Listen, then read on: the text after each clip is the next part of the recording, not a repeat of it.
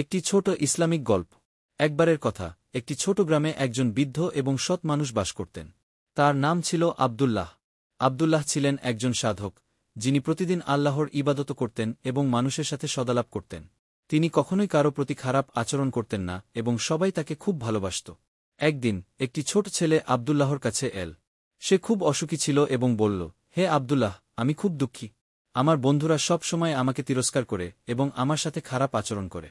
আব্দুল্লাহ সমেল্ড এবং বলল, ছেলে, তুমি যখন দুঃখী অনুভব কর তাহলে মনে করো, আল্লাহ তোমার সাথেই আছেন। তুমি যদি কারো সাথে খারাপ আচরণ কর তবে সে ফিরে তোমার প্রতি খারাপ আচরণ করবে, কিন্তু তুমি যদি সদাচরণ কর তবে মানুষও তোমার প্রতি সদাচরণ করবে। ছেলেটি আব্দুল্লাহর কথাগুলো শুনে খুব চিন্তিত হয়ে পড়ল। সে সিদ্ধান্ত নিল যে সে সব সময় সৎ ও সদালাপী হবে। কিছুদিন পর সে দেখল তার বন্ধুরা তার প্রতি বদলে গেছে এবং তারা সবাই তার বন্ধু হয়ে গেছে। আব্দুল্লাহ বলেছিলেন, মানুষের ভালোবাসা অর্জন করতে হলে প্রথমে তোমাকে নিজেকে ভালোবাসতে হবে এবং সৎ আচরণ করতে হবে। আল্লাহ আমাদের ওপর তার রহমত নিক্ষেপ করবেন যদি আমরা মানুষের প্রতি সদাচরণ করি। এই গল্পের মাধ্যমে আমাদের শিক্ষা হল যে যদি আমরা সদাচরণ করি এবং মানুষের সঙ্গে ভালো ব্যবহার করি তবে আল্লাহ আমাদের শক্তি ও সমর্থন দান করবেন।